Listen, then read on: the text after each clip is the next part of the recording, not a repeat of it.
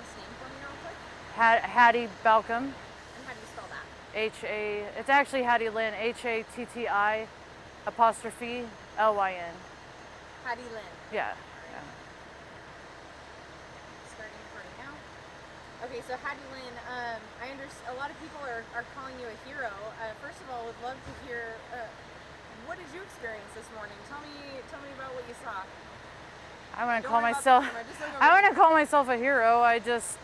We were walking and we saw flames, and the first thing we thought is to just run and start knocking on doors and windows and get people out as fast as we can, because the flames were spreading within 30 seconds probably throughout the whole entire apartment building. Where were you when you saw the flames and stuff? Right over there on the corner, just not very far, and we just saw the flames up in the stairway, and they were just little, and then all of a sudden, by the time we ran over, my boyfriend ran over there and I ran over there, it was just in flames. What were you thinking at that moment? I was scared for the people. Like, my parents raised me to just do the best that I can do and to help whoever I can and not be selfless. So you came in on this side. Who were you able to help? There's on the second balcony, there was a girl that didn't want to jump, so I was just trying to, like, come on, you gotta jump, and I put my bags down so maybe she would land on the bags, and she finally jumped after I talked her into it. And then on the side of the building, there's windows, and so I started pounding on windows and I guess trying to break them, but then people were starting to come to the windows because they were sleeping through it because there's no fire alarms that I heard of anyway. And you didn't hear any fire alarms? None.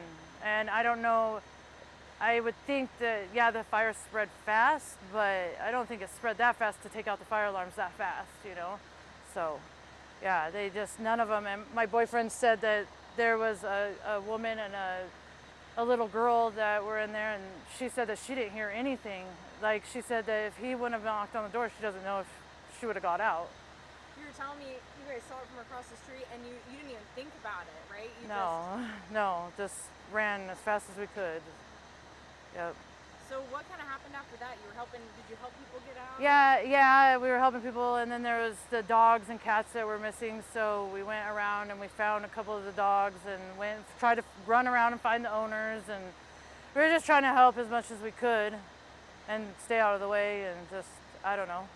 I couldn't walk away. I'd walk away and then I'd come back because I just, like, it was pulling me back in to try to help more. I know two individuals did die from the fire, but a lot more were able to escape. Like I said, they're calling you a hero. Yeah, I don't know if I'm a hero. It's just automatic. Like, I mean, it made me cry, like, when people told me that, because some people wouldn't think I was, you know, like, some people judge me for certain things, and for people to tell me that and to thank me and be giving me hugs, and it was pretty neat, but that's not what I did it for. I did it because that's the right thing. That's what people are supposed to do. We need more of that in the world. People helping people. Yeah, I think that's a great point. Yeah. Pretty emotional day. Yeah. I won't get a lot of it out of my head for quite a while. What do you see when you look at this right now? Sadness. I feel bad. I lost my bags, but it's nothing compared to what they lost, and people lost a family member, and it's just sad. I see people up on their balconies crying, and it was awful. Did you see I heard mention that one of the women that did die in the fire, she tried to escape. What do you know about that? I was telling her to jump, but it was really far, and there was no ladders, like at fire escapes, to help people down or nothing. And all I kept thinking of my mom, like, what, like, it made me sad. Like, I was yelling and trying to get her to get down, and she tried, but she couldn't get down. And which area was that? It was in the top right-hand corner, and that's where we saw the fire start in the first place, kind of outside her door area. So. And do you live in this area? Yeah, kind of. I mean, I've been staying kind of in the park with friends, and yeah. So, Just kind of moving around a little yeah, bit. yeah. I came down here to be with my boyfriend, and we don't really have a place to stay, so we stay at some friend's house. We stay at the park if we can, and just wherever.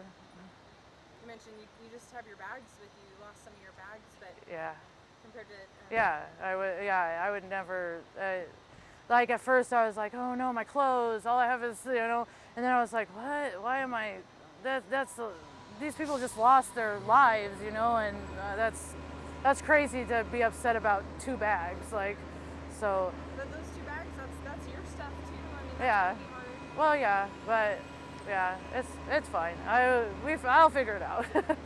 Yeah. Anything else you'd like to say? I mean, you Um, mentioned some folks were hugging yeah. you. What were those conversations like? They were emotional too. Like, they just were coming up to me and telling me thank you, I mean, like I said, my boyfriend helped me, and another one of our friends helped me. It wasn't just me; it was my boyfriend and another gentleman that ran from the park and ran and helped. And then there was a couple girls from that apartment that were, around too. So it wasn't just me. There was others too, but. And you mentioned, so you came to Spokane. Where's home? Kettle Falls. Okay. Yeah.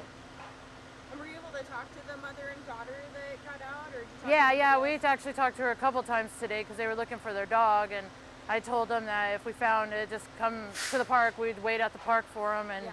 They take. did find the Chihuahua. They did. They did. Okay, that's good. Because we were looking all over, and I think they found the German Shepherds too. Oh, they did? Yeah, Oh, okay. I think so. We saw them and they ran off, but I heard that they found them too. So they're just missing cats now. So knowing just how many people you were able to help get out, how do you feel? I mean, It feels pretty good. I'm happy to be able to, because a lot of people judge and think that just bad of people, homeless or addicts, but we're not all bad.